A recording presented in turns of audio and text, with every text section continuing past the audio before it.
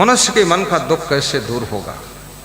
मनुष्य का मन बड़ा कोमल है, छोटी सी बात में दुखी हो जाता है, छोटी सी बात में रूठ जाता है, छोटी छोटी बात में खिन्न हो जाता है, छोटी छोटी बात में खुश भी हो जाता है। बड़ा विचित्र मनुष्य है। जो लोग दुनिया के अंदर अनुकूल और प्रतिकूल परिस्थितियों में अपने आप को एडजस्ट करना नहीं जानते, वे कभी शांति नहीं पाते। विषम परिस्थितियों में भी मुस्कुरा कर जीना सीखिए, गरीबी में भी हंस करके रहना सीखिए,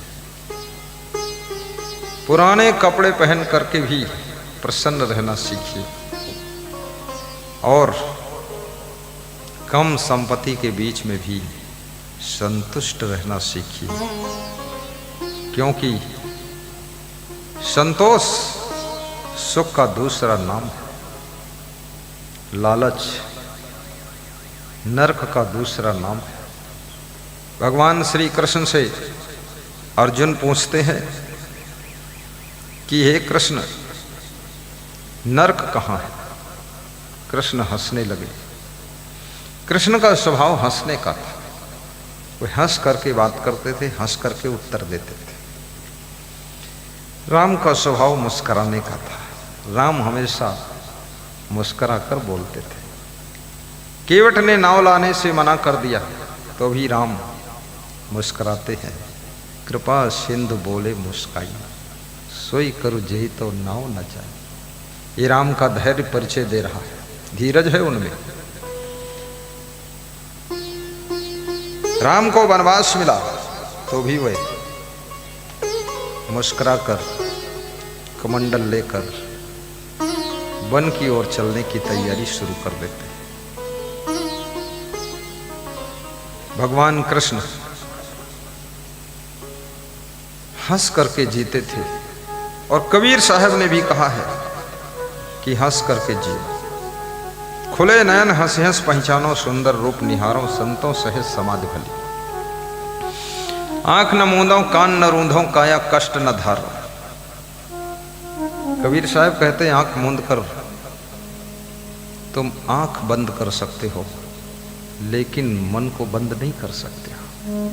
जो आज तक देखा है वो सभी रील तुम्हारे मन में चलने लग जाएगी, उस मन को कैसे बंद करोगे? कबीर साहब कहते हैं आंख से जो देख रहे हो अपनी दृष्टि को शुद्ध करो, और जिसकी दृष्टि शुद्ध हो जाती है उसके लिए सृष्टि भी शुद्ध दिखाई देने लग जाती है। दृष्टि बदलने के लिए विचारकों ने कहा है, नजरें बदली तो नजारे बदल गए, और किस्ते ने रुख बदला तो किनारे बदल गए, किनारे बदल गए, किनारे बदल गए। नजर बदलने की जरूरत है।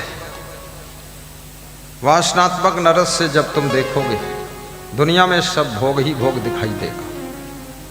लोभ की दृष्टि से देखोगे तो तुमको सब चीजें ऐसी दिखेंगी कि सब मन होगा हम ही चुरा लें, हम ही पा लें। त्याग की दृष्टि से देखोगे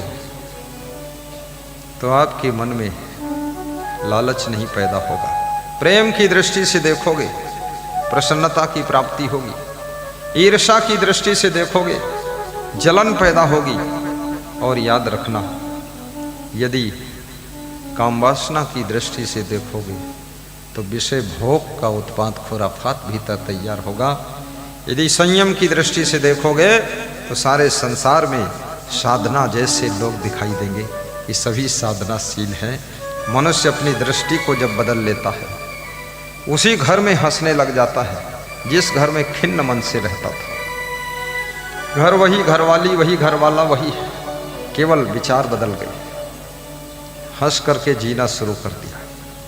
कितने लोग अपनी घरवाली से असंतुष्ट, कहते हैं इसको जब देखता हूं तोला भर खून जल जाता है। घरवाली कहती है मेरा पति इतना निखट्टू है, क्या करूं, इसके साथ भाग्य में लिखा था, लेकिन इसके साथ मर मर कर जी रही, मर मर कर जी रही, मर मर कर तो मर ही जाते हैं लोग, तो जीती कैसे?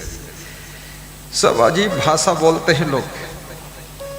लेकिन जब आपके भाग्य में है ये पत्नी, ये पति, ये पुत्र, तो आप थोड़ा अपने आप को भी समझाइए और गम भी खाना सीखो। जो लोग गम नहीं खा सकते हैं वो साधु साधु भी खुश होकर नहीं रह सकते। कितने साधुओं का स्वभाव भी बहुत तिरपट होता है, जरा सी गम नहीं खाते। छोटी सी बात हो गई, कमंडल लेकर भागेंगे। ढक्कन भेड़ापुर में भूल गया, कमंडल देव पहुंच गया।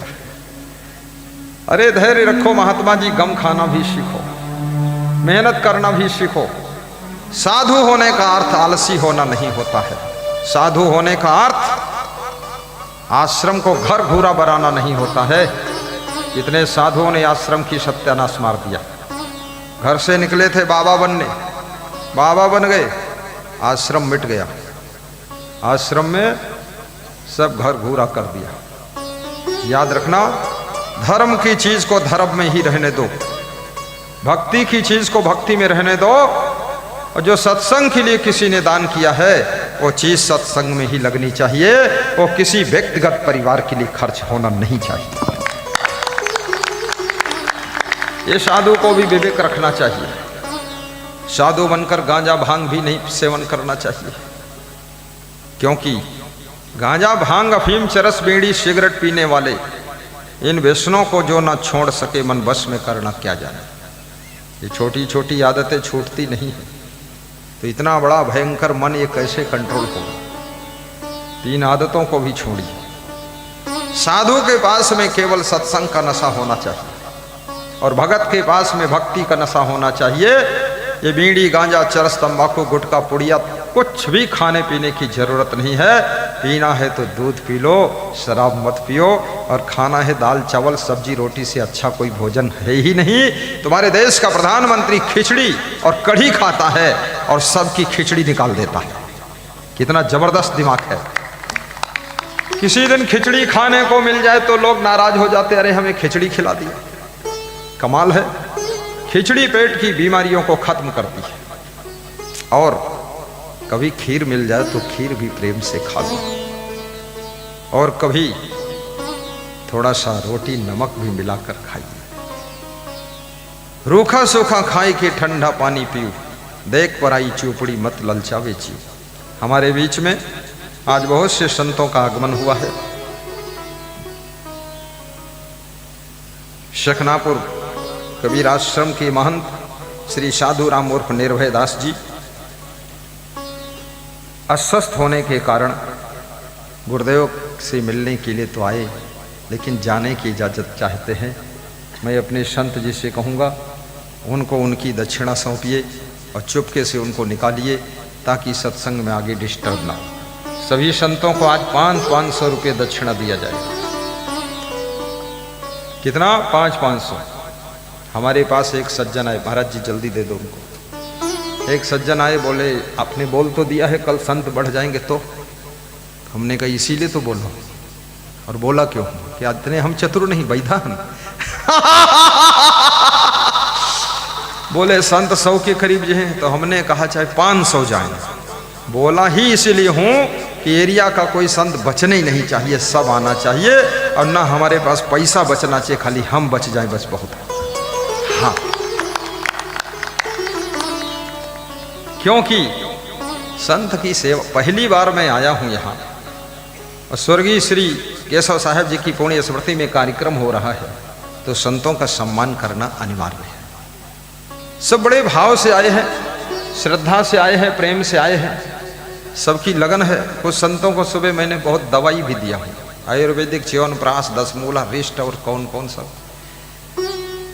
एक हमारे लिए भी थी, लेकिन जब कई संत बोले हमको दे दो कुछ हो जाए, तो हम कहें चलो सब ले जाओ। अच्छा है हमका दवाई न खाए पड़े कोई। खूब खाओ दवाई। देने वाले के पास कभी कम नहीं होता है, और लालच करने वाले के पास कभी जरूरत भर का भी नहीं होता है, जरूरत भर का भी नहीं होता। इसलिए देना अनिवार्य। हम क्या देंगे? पूज्य श्री क्षमा देव की कृपा, केशव साहेब की कृपा और सुशील साहेब का भाव सबकी सेवा पूजा करेगा। कैसे सुख मिलेगा जीवन में? सुख कहां है? आइए, आज बड़ी गहरी चर्चा है। कबीर साहब कहते हैं, और बिखर बिलो द्रव्य हो उदय अस्त लो राजी, भक्ति महात्म ना तुले ई सब कौने काजी। कबीर साहब जैसा निर्भय व्यक्ति, आप सोचिए कबीर साहब की बात। कबीर साहब कहते हैं अरबों खरबों धन हो जाए, धन होना चाहिए, धन की निंदा कबीर साहब ने नहीं किया है, परंतु कबीर साहब ने यह कहा है, धन से बहुत कुछ मिल सकता है लेकिन धन से सब कुछ नहीं मिल सकता है। इस बात को याद रखना। धन से जहर भी खरीदा जा सकता है लेकिन धन से कोई अमृत नहीं खरीदा जा सकता है। अमृत वाणी तो श्रद्धा से ही मिलती हो, धन से नहीं मिलती।